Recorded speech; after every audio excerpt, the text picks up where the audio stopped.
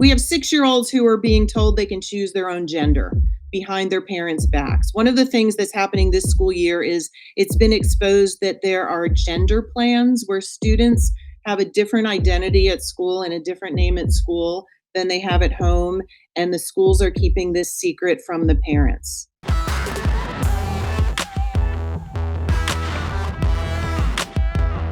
Hello and welcome to TRIGGERnometry.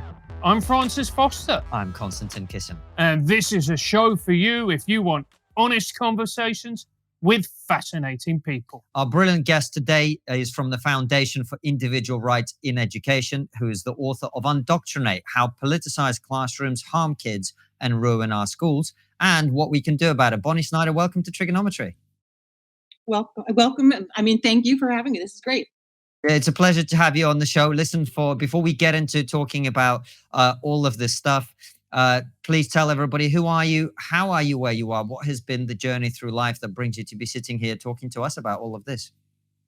Yeah, I guess you could say I'm sort of a self-ejected academic. I was planning to become a Shakespearean, an English professor teaching Shakespeare, and in that journey, I encountered early waves of postmodernism, deconstructionism that sort of tipped me off that there was a big problem in the academy. And I had to completely change course. And a lot of the things that I think we'll be talking about today really originated in the humanities. So I think that I had an early view to these issues.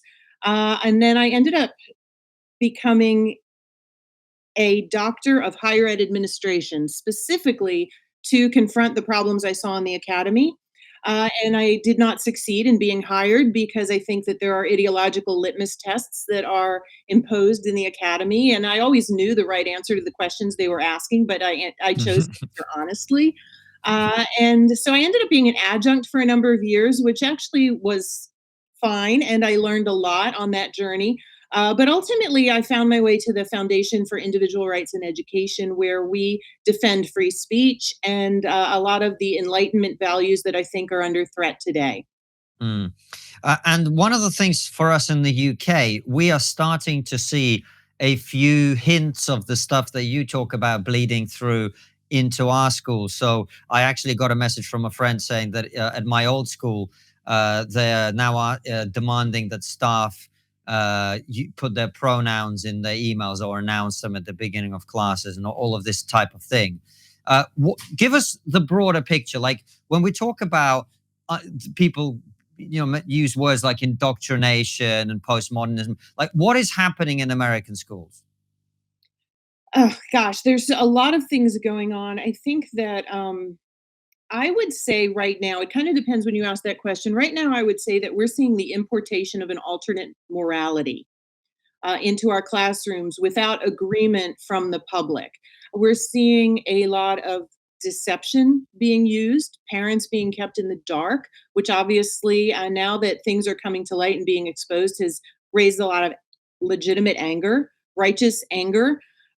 We are seeing we're seeing the politicization of the classroom. We are seeing, I think for a long time, we talked about diversifying the curriculum. And I think that really that we've done a lot of work diversifying the curriculum. We've moved on, I think, to radicalizing the curriculum. And this school year, I think we are seeing sexualization of the curriculum, which is a really interesting twist. I've been at this a while, and I've noticed that every school year, the angle seems to change. So those are just a few things that are going on. We're seeing contempt for parents coming from school teachers, and we're seeing, I think, teachers who are, K-12 teachers in America who are presenting themselves as though they're college professors, and they seem to think that they have academic freedom, which they don't. The speech is considered in public schools to be hired speech, government speech. I'm hearing teachers also talking about this is my classroom, and in my classroom, this is how it's going to be. But really, the classroom belongs to the taxpayer. So there's many layers of things that are happening simultaneously. And Bonnie, when did you first start to notice this? When was it that you got the first inkling that something untoward was happening? Well, as I mentioned, back in graduate school, I was exposed to deconstructionism, which I call destructionism. Uh, and I chose to leave. And they Bonnie, I'm just going to interrupt you there because what we're going to be doing throughout this interview is we're going to be using academic terms, which I think, you and I and Constantine might know, but there'll be people who are really interested in this subject who don't know. Could you just explain to us what deconstructionism is, firstly? no, I can't because understands what deconstructionism is. I mean, part of it is that it is so the writings are so obtuse, so hard to understand that that's part of what drove me away from it. That it. I would say two things. One is that they were starting to play with language in ways where they were arguing that nothing means anything. And there was this great leveling taking place where they were telling me that, the greatest works of English literature, as agreed upon by centuries of scholars who had studied this, are no better than reading a restaurant menu. That it's all in the reading. It doesn't matter. And, there's the idea of intention. It doesn't matter what the author intended to say. All that matters is what I take from it. And I could take as much meaning from a restaurant menu as you could take from War and Peace. And this to me just seemed like utter nonsense.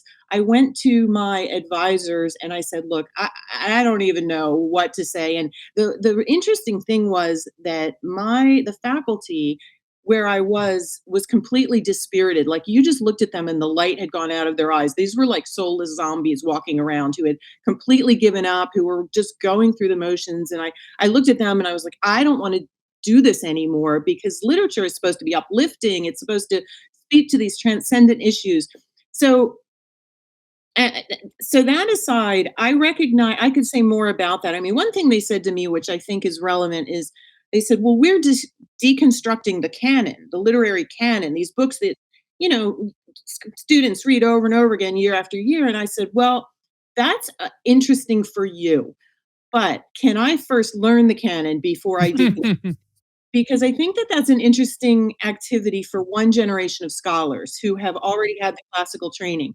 And I feel like this is what's happening now in our schools is that we're kind of giving students the rubble after everything has been deconstructed and saying, isn't this fascinating? Look at what we've done for you. And it just is a mess. It's an incoherent mess. So when I saw it again was when my younger daughter I moved her to a private school having been in public school, government school beforehand. And she was given the Communist Manifesto to read, which I don't mind because that's a really important book. But then she was asked to debate the merits of capitalism versus communism.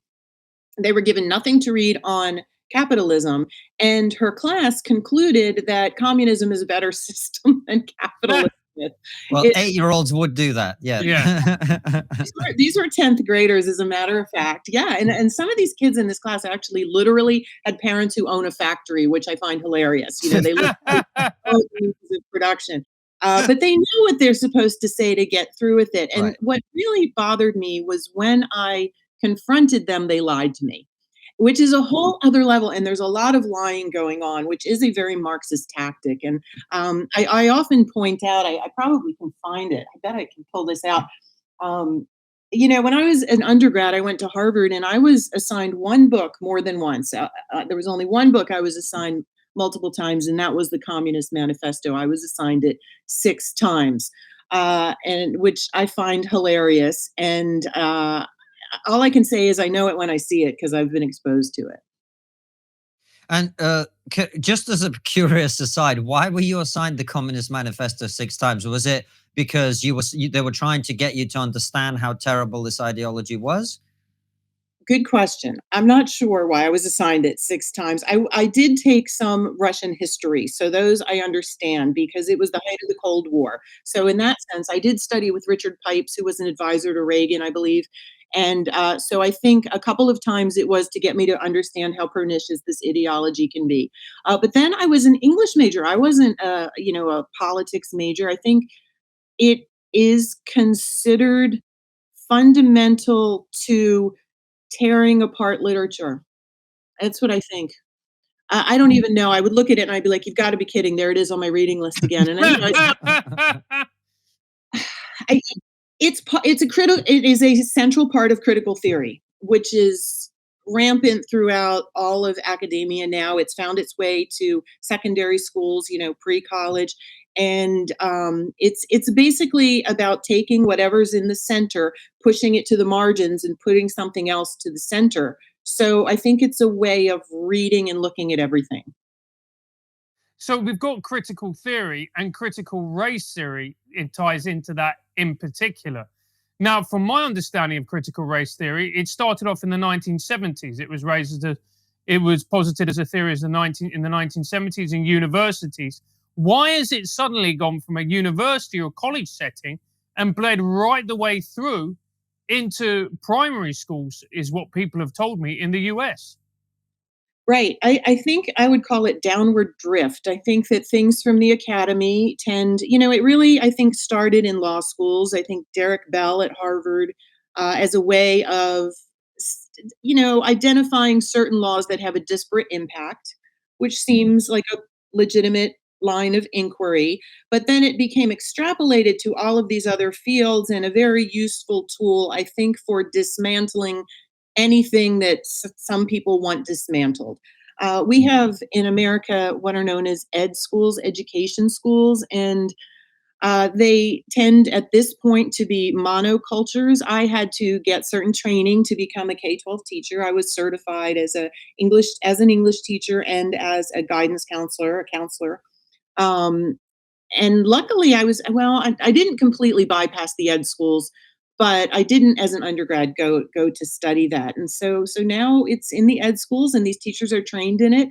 And I can why is it now in the K-12 schools? A couple of reasons. I think that teaching is a difficult career that a lot of times does not come with a lot of accolades. And I feel like it's a way for teachers to feel more significant. And to the extent that we don't make our teachers feel significant, I think that's our fault. That that's something we can correct. I tend to not think that teachers are as terribly underpaid as they like to claim. I think that teacher salaries have risen to be, and the benefits are really, really great. But I don't think that we have a lot of respect for teachers.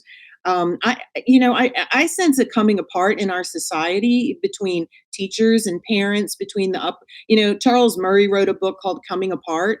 He's, of course, pretty controversial, but just about, when I was a kid, my parents would have had our teachers over for dinner. We would have gone to church with them. We would have been in the same social networks. But I think that teachers are beginning to be perceived as less than. And I think to some extent, this is a way for them to claim more significance for themselves. That's one guess that I have for why it's caught on. It's interesting, Bonnie. Wouldn't it? I mean, a more charitable interpretation might be that some people would argue. I don't necessarily agree with this, but some people would argue that um, for centuries, probably, or for decades at least, we were teaching kids one particular version of events, right? You were taught a particular version of history, a particular version of uh, various other subjects that had a certain slant. Let's say a pro-American slant in America, or a pro-British slant in Britain, or a pro-Russian slant in Russia, where I'm from. And what these people are doing are poking or pointing out, rather, the holes in some of those narratives that you can't teach an 8-year-old all the complexities of history, so you have to give them a simpler narrative, right, about certain things. And what these people have done is rightly expose some of the gaps in those narratives that we used to teach to our children in the past. Yes, that is one of the arguments that is used to justify it. And I do think that there are teachers who are doing it for those reasons. I think that there are other teachers who are doing it with more activist aims. I think that when it becomes problematic is when it is presented as the only perspective with which to view historical events, and when students are asked to affirm this is the correct point of view. And then we get into what, at FIRE, the foundation where I work, what we would call compelled speech, where, which is sort of what you were describing when teachers are being told they must list their pronouns. Now, some people are going to say, well, that violates my values, my religious upbringing, because, in the Bible it says that there are two genders and whatnot. And so you're basically asking them to affirm a worldview that they may not agree with. And in America, that is, there are lawsuits happening right now on these very issues, and we'll see how those turn out. Bonnie, isn't the problem as well? And look, I was a teacher. I was a teacher for 12 years. I taught in secondary school. I also taught in primary schools. Isn't part of the problem the fact that most teachers are left-leaning? It's very rare to get a teacher who leans right. I mean, that's just the nature of the people that the profession attracts. So obviously, they're going to be more tended to look at the world in this way. Through a critical lens, using critical Yeah. pedagogy. Right. And this is a big problem. Why are other people not showing up for the teaching profession? The ed schools really are pretty much a monoculture at this point. I think it's like a snowball. I think that we've known for decades that it tilted left, but it's almost at the point where it reaches such a spiral that there's only one viewpoint being presented at all, and we are at that point now. And probably, and can we come back from it? Because so many students now, look, they might be interested and they say, I'm not going to be welcome. It's ironic because inclusivity is such an important aspect of what they're arguing, and yet these ed schools are so non-welcoming to anyone with different points of view. So they very much are promoting diversity, but many people will point out, unless it's intellectual diversity or diversity of thought, that they're not interested in. And Bonnie, how much do you think of this? We've covered the culture war stuff a tremendous amount on the show. And one of the things that's become increasingly clear, if you look at the surveys and the polling and the data on it, is that particularly on this sort of stuff, there's a sex dynamic going on, and the women are far more likely to skew in this direction. So in a profession that has always been dominated by women and will likely be dominated by women for all eternity, I imagine, that isn't, I guess what Francis is getting at, what I'm also getting at, isn't this just an inevitable consequence of the fact that the teaching profession attracts a particular type of person, more likely to be female and more likely to lean left on political issues? And so schools will always have that sort of bent inevitably, I guess. Well, and it's so interesting because that's the argument that they're making in favor of diversity, but half of the students are male, and nobody's arguing in terms of improving the representation of males in the classroom. I did pull the numbers on this in my book, and the teaching ranks are when I was in elementary school, I think I really benefited, maybe unfairly, from the fact that a lot of incredibly intelligent women were still stuck in teaching careers because other pathways weren't open to them. So I think I really did have excellent teachers who maybe in a different era might have become doctors or lawyers. And you would think now that women have a lot more career paths open to them, that fewer of them would be in teaching. But believe it or not, the teaching ranks in America are even more female now than they were when I was in elementary school. And I think that we need to do a campaign, an advertising campaign, maybe even some sort of affirmative action encouragement to get more males into the classroom for every number of reasons, including just positive role modeling for the male students who in America are underperforming. And, the outcomes for them are much worse than for females coming out of K-12 and going on to college as well. Males are in increasing numbers rejecting college. There you go, affirmative action for men. That's going to be a great policy. Good luck selling that, Bonnie. Yeah. Thank you. Hey, Francis, would you like to learn another language? No, mate. Already know foreign languages perfectly. Oi, Gary, ue la biblioteca. You can't go on holiday, mate, without knowing where the swimming pool is. La bibliothèque is the library, you idiot. Exactly. You can never be too far away from knowledge and sexually frustrated librarians. For those of you who do want to learn a language and connect with another culture, or maybe just brush up on your Spanish for the next holiday, Babbel is the app for you. Babbel's 15-minute lessons make it the perfect way to learn a new language on the go. Babbel designs their courses with practical, real-world conversations in mind. Things you're going to use in everyday life, like finding out where the bibliothèque is. Babbel lessons were created by over 100 language experts, meaning real people. So you learn useful vocabulary and not meaningless phrases like the ones Francis keeps uttering. Babbel's teaching method has been scientifically proven to be effective across multiple studies. With Babbel, you can choose from 14 different languages, including Spanish, French, Italians, and the other ones. Babbel is available as an app or online, and your progress will be synced across all devices. Babbel is offering our listeners 6 months free with the purchase of a 6-month subscription with our promo code, which is TRIGGER. Go to babbel.com/play and use promo code TRIGGER for an extra 6 months for free. We're even going to get Francis on it. You might learn English. That's babbel.com/play. Promo code TRIGGER. I use Babbel, and look at me now. Yo puedo hablar español absolutamente perfecto. Know what I mean, Gary?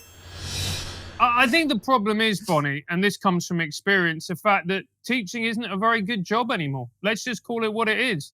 You know, the behavior of students is atrocious. You're looked down upon, you're demeaned on a daily basis by parents. You're not respected.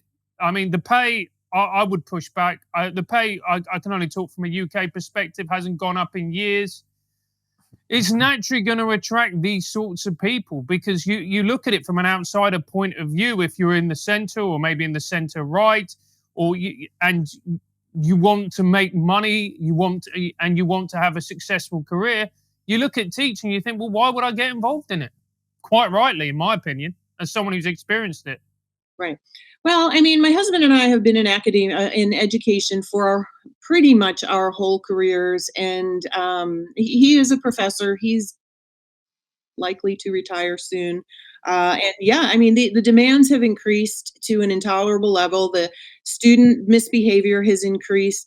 I think that there are intrinsic rewards to teaching, but I do think that some teachers are trying to enhance these intrinsic rewards by making it sort of a political battle that they're waging via the classroom, seeing students as means to the end, you know, the world that they want to bring into being. But I don't like the war analogy, but I would say that, you know, if this is a culture war, then this is one of the fronts on which it is being waged, and we need soldiers.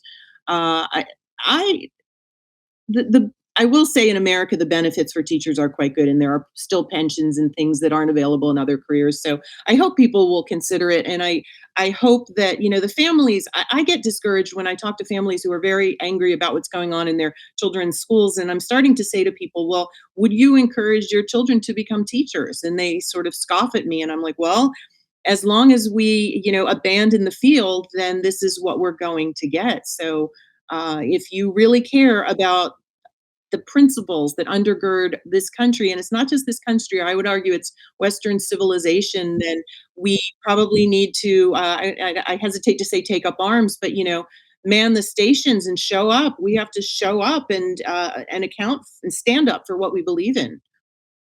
And you saying, and look, I'm with you 100%. The fact that a classroom is not a place of education, but a place to spread political ideas and political doctrine, to me, is tantamount to child abuse and brainwashing. Your job as a teacher is not there to tell kids what to think. Your job as a teacher is to teach them how to think. That's what you do as a teacher. And yep. Carry on. Yeah, your job is to deliver the curriculum that you were hired to deliver, that is democratically agreed upon within the community, as administered through the school board. Like, as I was writing my book, I kept the subtext in my mind is, this is not a free for all, people. You don't just wing it. You're not just making it up. You're not there to expound on your opinions. No one cares what your opinions are. You are there to deliver the curriculum, to teach critical thought, not critical pedagogy.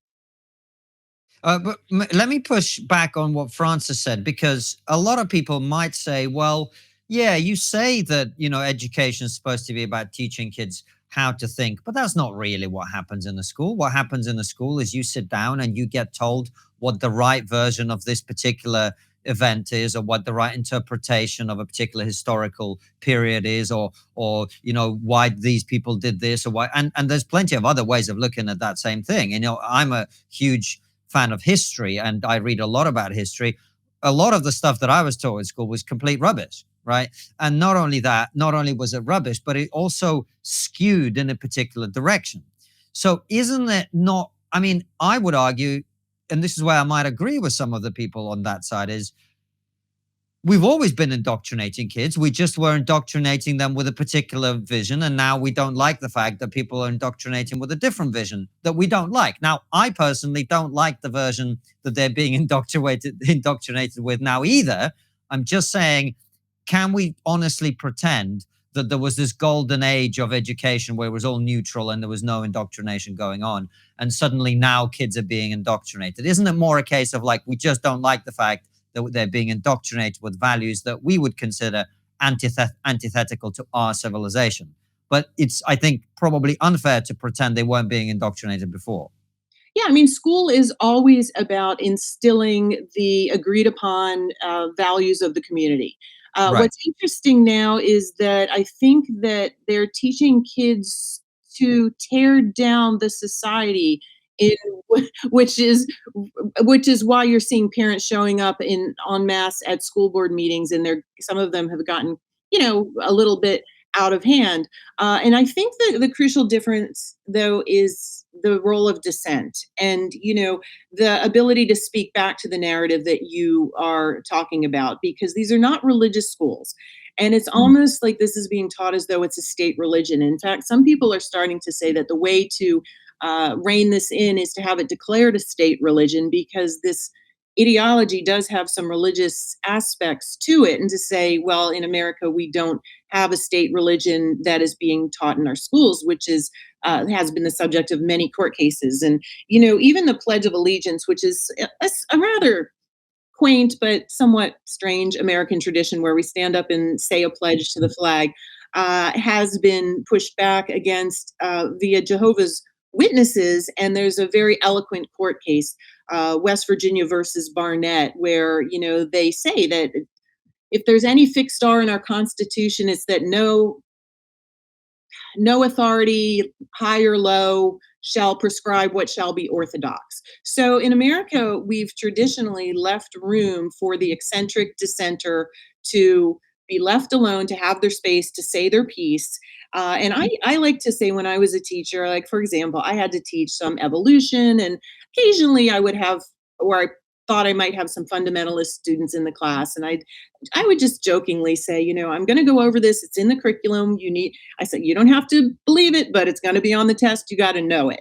And that's, I think, the difference here. You all have your podcast where you get to say what it is that you think, but a really big problem that we're having, and I work at basically a free speech organization, so I would never say that students don't have the right to bring up critical theories, or that a teacher can't tell students that, here's a contrasting viewpoint on this.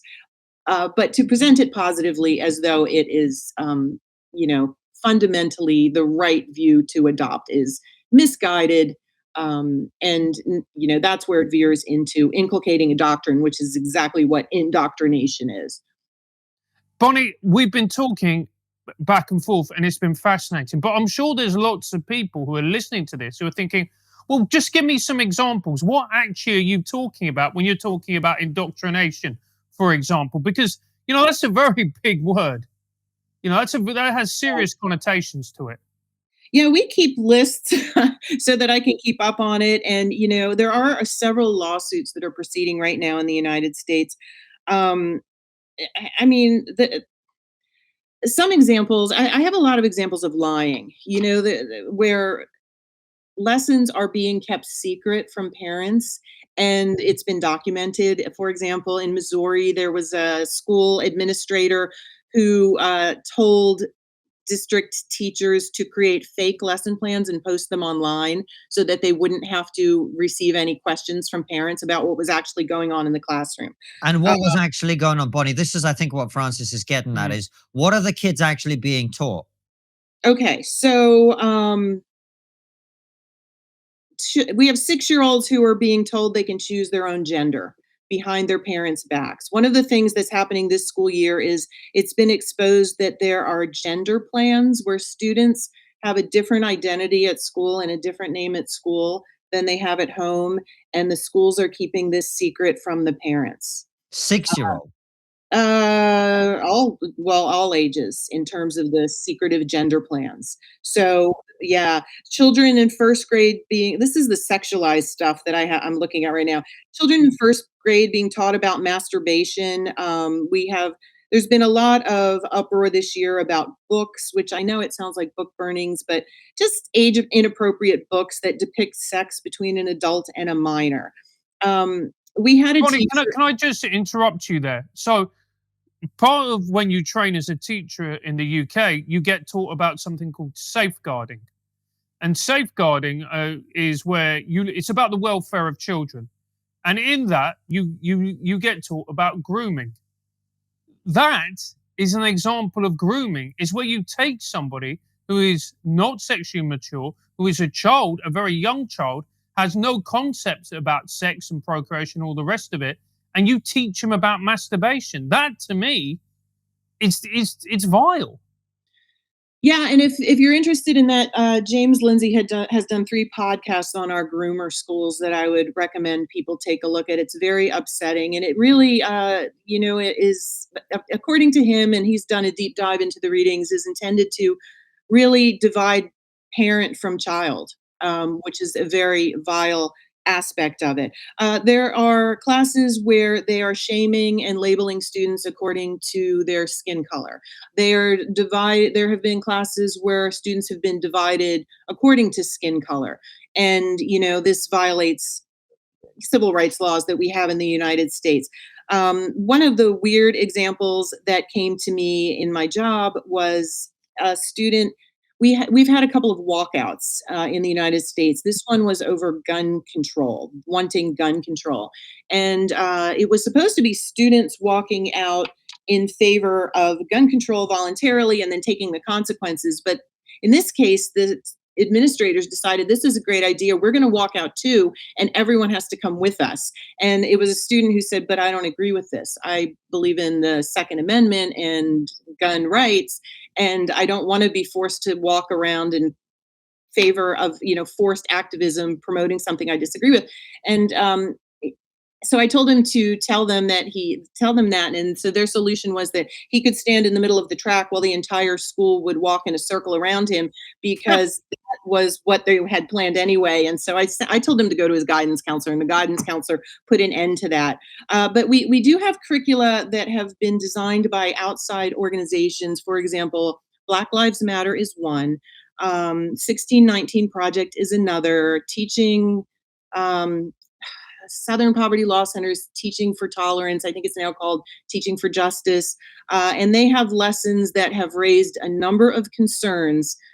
So many families are now asking for greater transparency about what's going on in the classroom, because the messages embedded in many of these lessons are antithetical to what families are often teaching at home.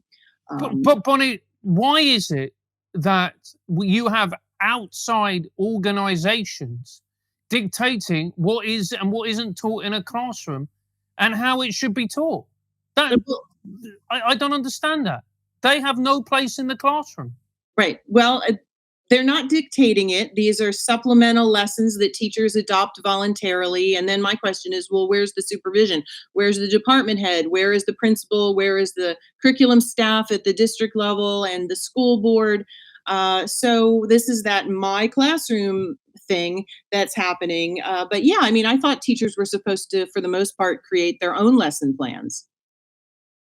Well, look, Bonnie, we've addressed the doom and gloom of how terrible everything is. And by the way, that it does sound bad, like 6-year-olds being taught about the gender options and whatever else it is. Just to me, that's outrageous. But the last part of the title of your book is what we can do about it. So Right. what can we do about it? Because the reason I ask is, please don't take any offense at this, but it seems to me like in America, you guys have gone pretty far off the rails. And the problem for us here in the UK is we all have always follow you like lemmings off the very same cliff. So we're going to have to deal with this. What can Right. we do about it?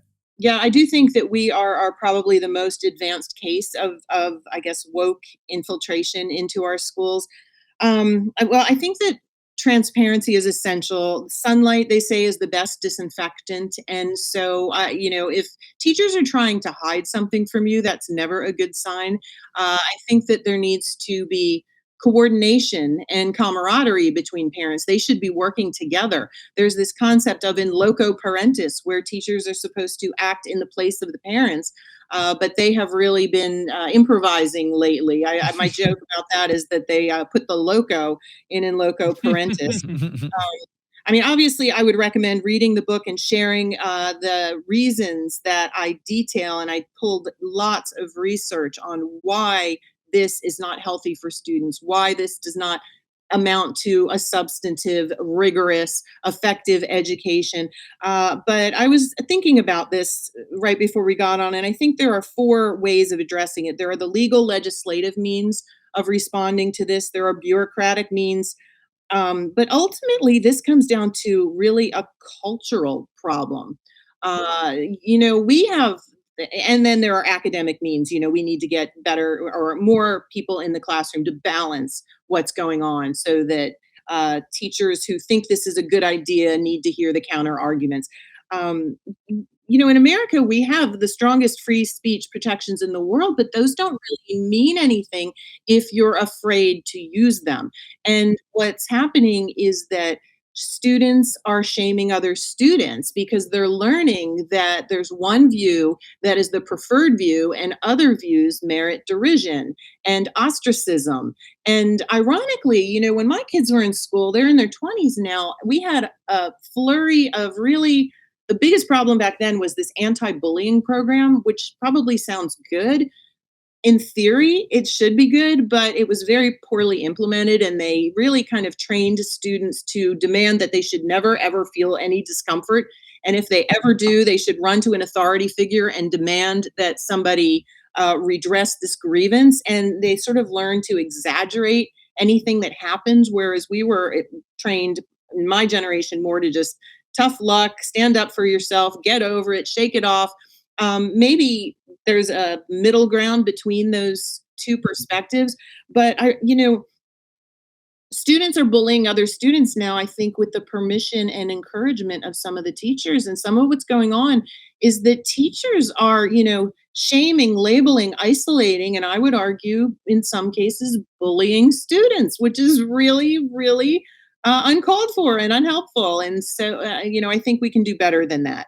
So there are a number of lawsuits underway. We have a flurry of legislation proposed at the state level, which itself can prove problematic. Like maybe it's going to cause a backlash that's its own problem because they're banning CRT in the classroom. Anything. Some of these are better written than others, but some of them are written in a way to say that we will not teach anything that argues that one race is superior to another race. In this case, they're arguing that the white race is inferior and deserves to have discrimination against it. Well, that violates, the 14th Amendment in America and many other laws that we have. So, bureaucratically, people are filing Freedom of Information Act requests to get their hands on curriculum. Um, Another big problem we're having that you should watch for is these outside consultants being hired to come into schools to deliver ideas and curriculum that is not democratically decided on, and that's how some of this finds its way into the classroom. And then when parents ask to see what is being taught to the teachers, they are told that is copyrighted. So we're having to legislate saying that nothing that's imported into the schools can be shielded from the parents using copyright as an excuse. Um, yeah. And Bonnie, what role are the unions playing in all of this? Are the unions supporting it? Are they pushing back? or are they simply apolitical when it comes to this issue? No, I don't think the unions are apolitical at all. I can't speak for everything going on in the unions, but at first there was a lot of denialism going on. Oh, that's not happening. You're imagining it, what people call gaslighting. But then the unions came out and said, okay, it's not happening and we're going to defend the teachers who are doing it, which is kind of hilarious. So when people say it's not happening, I respond, well, then why did the unions say that they're going to defend? And they're arguing that teachers have First Amendment rights, but in reality, it's hired speech. They do in their personal lives, but in the classroom, they're paid to deliver the state-approved curriculum in a public school. Bonnie, I have a question as I'm sort of watching us have this conversation, and it's a very interesting one, and the nuances are interesting. But if I'm a parent, what I'm really want to hear here is not even how I can participate with other parents in changing the system.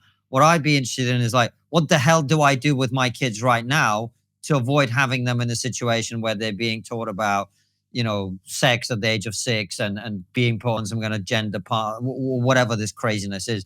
Like, what should parents do to protect their kids? That is their primary responsibility. Right. A couple of things. A lot of parents are pulling their kids out when they can and homeschooling them. I know that's not an option for everyone, but we have pretty wide open options to do that in the United States. I would argue that you can supplement your child's curriculum to balance it, to provide the balance that isn't being provided in school. We have a number of great curricular materials that we've also created at thefire.org. /curriculum that you can download. And this is mostly about First Amendment rights and about, the Constitution and the Enlightenment and where Western values came from in the first place. I would also say that parents, on my website, undoctrinate.org/blog, I've put together, I'm like, okay, I've been outlining their arguments because I want to give their arguments their due. I don't want to do the straw man thing and just make a fake argument and then poo-poo it. So, that's something that I'm working on. And then I also said, okay, they're proposing certain systems that they want to transform our culture with. And I'm like, well, what are the systems that we have in place that they are arguing against? So I do have 8 different systems that I think are well worth reviewing, like our economic system, our system of advancement, our culture, our mode of interacting with each other, our mode of figuring out what is true and what is not true. A lot of these are sort of invisible because it's the water we've been swimming in our whole lives. But I credit to them for, I think, throwing all of this into stark relief because they are advocating a completely different way of life, a completely different system by saying that everything is terrible. And so I want people to understand and to begin talking about, what it is that we believe in and making sure that if you're going to reject it, you know what it is that you're rejecting.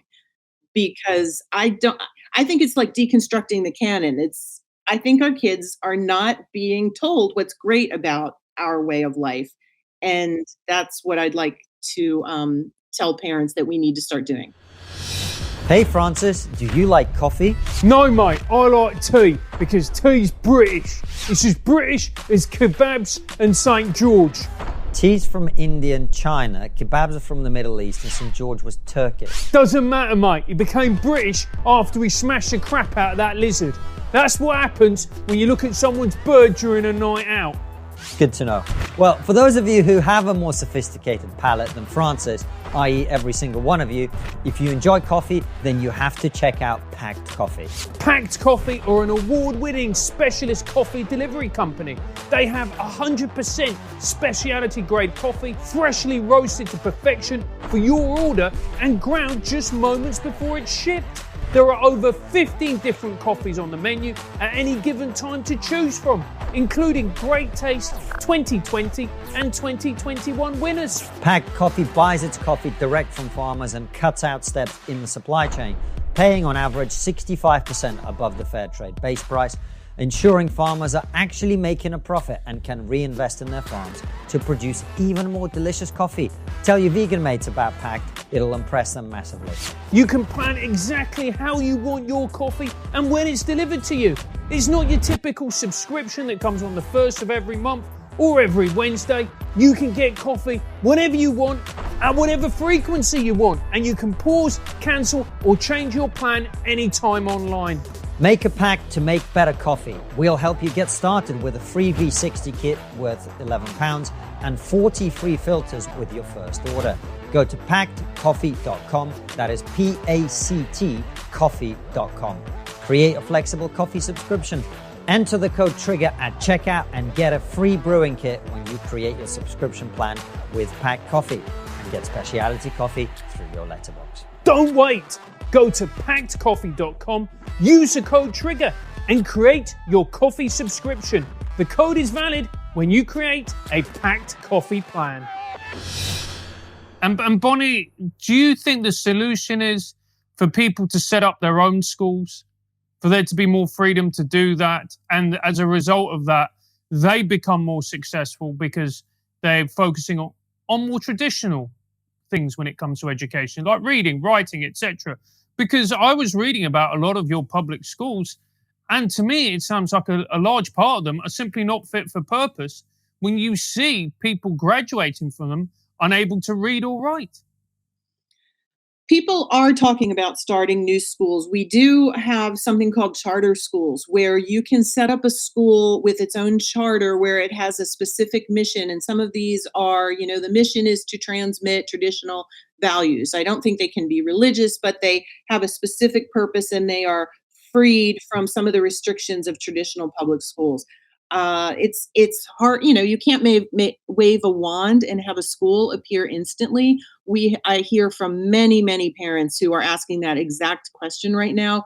Holy cow, what do I do? Even the private schools, which, we have different levels of private schools, but even the wealthiest private schools, if you can't buy your way out of this in the United States of America right now, no matter how much money you have, it tends to be even worse in private schools, this importation of one-sided ideology. And it seems to be worse in affluent communities as well. It seems to be an affliction of affluent white women, not entirely, but those characteristics predominate. You might consider moving to a more rural area, and actually, a lot of people in America, if you look at our population shift, are moving to places like Texas or Florida or places that are right now more, freedom loving, I guess you could say. So some people are voting with their feet. Some people are trying to set up new schools. Some people are deciding I have to do it myself. But the window that was provided via COVID through Zoom into our children's classrooms has revealed a really unappealing reality. And so it's been a huge wake up call. And I think that didn't happen for no reason. And so hopefully it will lead to improvements and good consequences. I know that there are many well-intentioned good teachers out there, and I certainly don't want to impugn people who are showing up and doing, yeoman's work every day. There's pressure on teachers too. We hear from teachers who are being pressured to do things that make them uncomfortable, and we have seen a few very dramatic resignations. I loved my job, but I can't do this to kids anymore because I disagree fundamentally with what's going on. And this is what I was going to ask you. I think it might sound to the neutral observer that we're kind of been beating up on teachers, but how much of this is about the broader culture? So yes, I understand that a lot of these ideas were initially developed in academia and then started to spill out into broader society. But I almost feel like the position we are in now is it's spilling out of broader society back into everything. And I think education is probably just another branch into which it's now spilled out. Because if you can look at anything, you can look at sport, look at video games, look at almost any other issue. These ideas are bleeding through. So how much of this is just like education is affected by this, just like everything else? Or is it a particularly special case, do you think? I think that education, the media, and academia, which obviously is education, are probably among the most left-leaning or institutions in America. So I think it's a little bit more advanced than it is in the rest of the culture, which is why you see the uproar at our school board meetings. Yeah. So, but I do think too that a lot of these young, we're also seeing the retirement of a wave of teachers with the baby boom. I mean, they're aging out. And even though I think they thought that they were very radical for their time, you have to ask yourself who educated the baby boomers. They were mostly educated. I'm technically a baby boomer, last 3 months of the baby boom.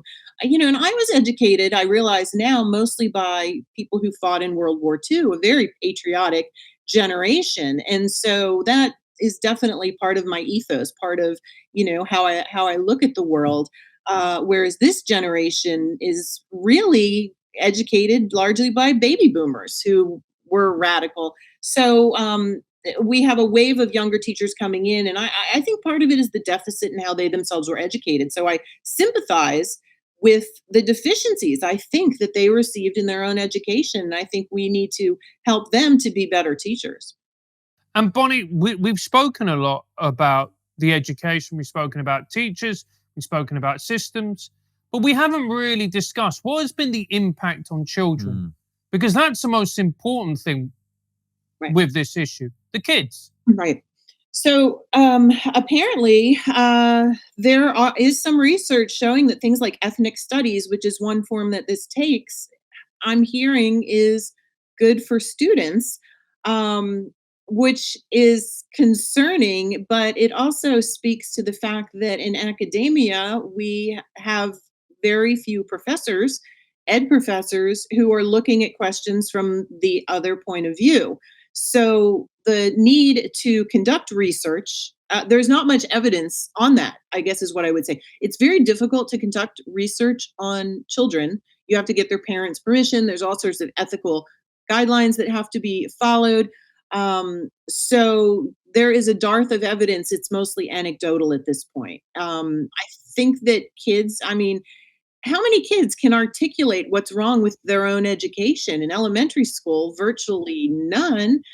We do have students who reach out to us at Fire for help. But there is a group of students called Students Unite, where that I would recommend people check out if they're looking for like-minded students who are unhappy with what's going on in their schools, who are frustrated with it. Um, so yeah, I think that the chance for harm is real and palpable, and it needs to be studied and measured. I completely agree with you, because that's a worrying thing. We're talking about what they're teaching, we're talking about the way kids are being taught, but we've got no idea what we're going to harvest with these kids. Yeah, and how intimidating it is to know. I talk about in my book unconditional acceptance, and when I was trained as a counselor, that is sort of the fundamental foundation of any helping relationship. Counseling, teaching, those are helping professions. And unconditional acceptance just means if you come to me and you're like, all right, I'm an alcoholic, it's like, okay, that's where you are right now. It's like you don't help someone by saying, God, what kind of weak willed idiot are you to be an alcoholic? And if a student comes to you and they can't read, okay, you're in third grade, you don't read, okay, that's where you are. We're just going to start there and we're going to move forward as best we can. You accept them. But this is conditional acceptance. You're only acceptable to me if you play the role that I require you to play. So students naturally want to be, appreciated and liked by their teachers. So they're playing roles, and this is this whole idea of inauthenticity. So I think that we're inculcating really unhealthy behaviors. And how many of us? Here's something that a parent said to me once that really made me worry. She was very much on our side of the issue, very concerned. Well, she's very concerned about, that was the wrong way to say this. She's very concerned about what's going on in her child's schools. And she wants someone to fix it. But she finished the conversation by saying, how can I tell my child to be very careful of what he says in school so that it doesn't, and that's how she ended it. And I said, so that it doesn't hurt your career? And she said, yes, my husband's career. And I mean, this is the type of warning. And I said to her, well, I think that our goal is to change the culture so that you don't have to tell your son or daughter, this was a son, to be careful what he says in school. Like, what are you afraid that there's the teacher's an informant? Is this East Berlin? Is this the Eastern Bloc? I mean, what kind, and this is, and I think that so many of us now are careful of what we say because we're afraid that we're going to be, dragged through the public humiliation mill, reviled. We did actually have a professor who was a fire case, who was a very outspoken professor and was often described as being a happy warrior. And he fought and fought with his school. I don't even remember the circumstances of it, but I think he was called a racist, or, we're all afraid of being labeled a racist, right? And he won his case, but then they asked him to leave and they gave him a severance, and he went home and he committed suicide. So, and that was a big shock to everyone because he did not seem like he was bothered by what was going on, because he was provocative and he seemed to be inviting it, but yet he was clearly very, harmed by what occurred. So I think the invisible effects of what's happening are going to be lingering and are going to really impact the life development of many young people. And It is quite extraordinary what you're talking about, because I'm just finishing my book, my first book, which is called An Immigrant's Love Letter to the West. And the opening chapter, I talk about growing up in the Soviet Union in the early 1980s. And literally, I describe my parents having that conversation with me as a young boy.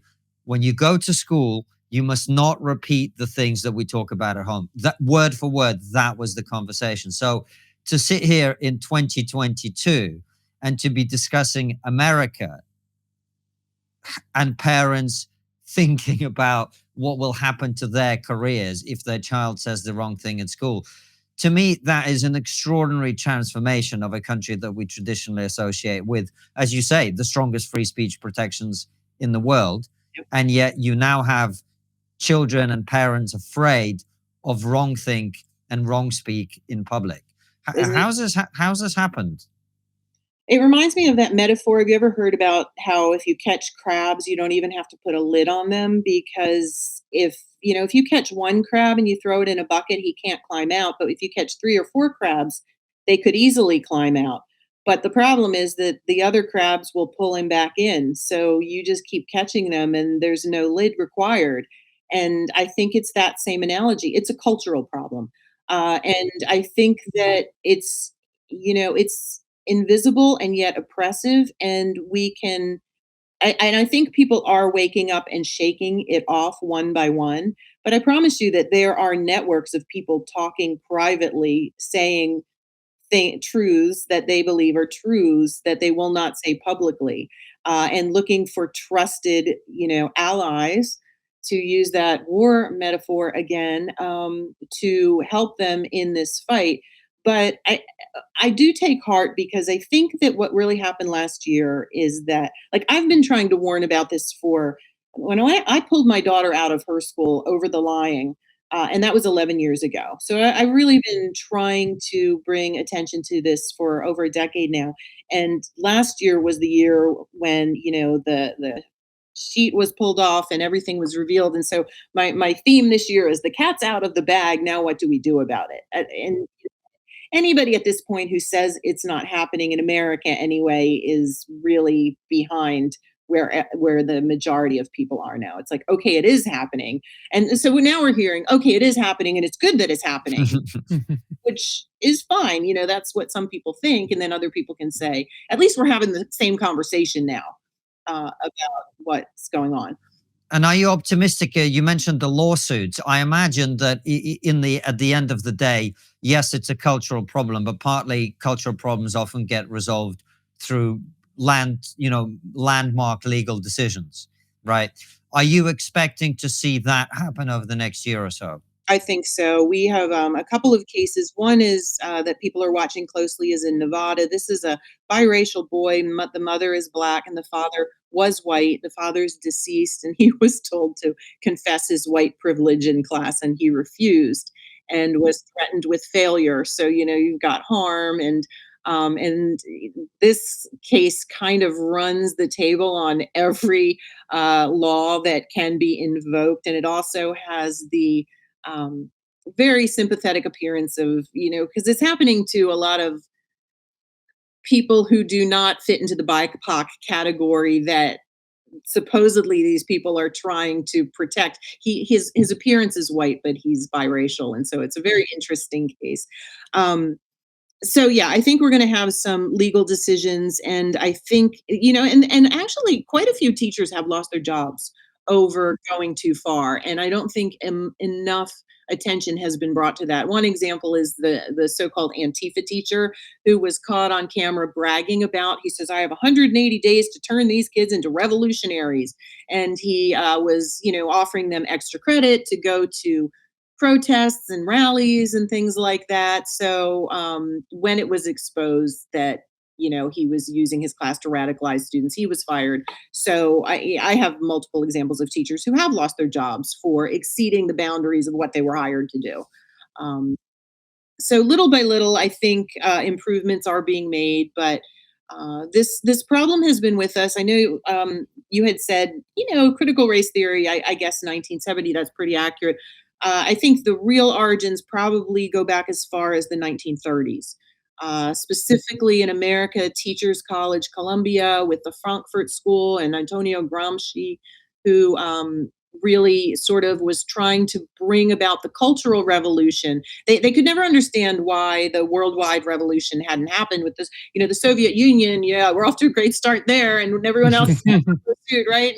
And it just didn't happen. And they said, well, that's because the culture needs to change. And so they have been chipping away at our cultural underpinnings for that many decades now, about 90 years. And so this ship is not going to turn around overnight, but I don't think it's going to take 90 years to turn it around. It is going to take a concerted effort.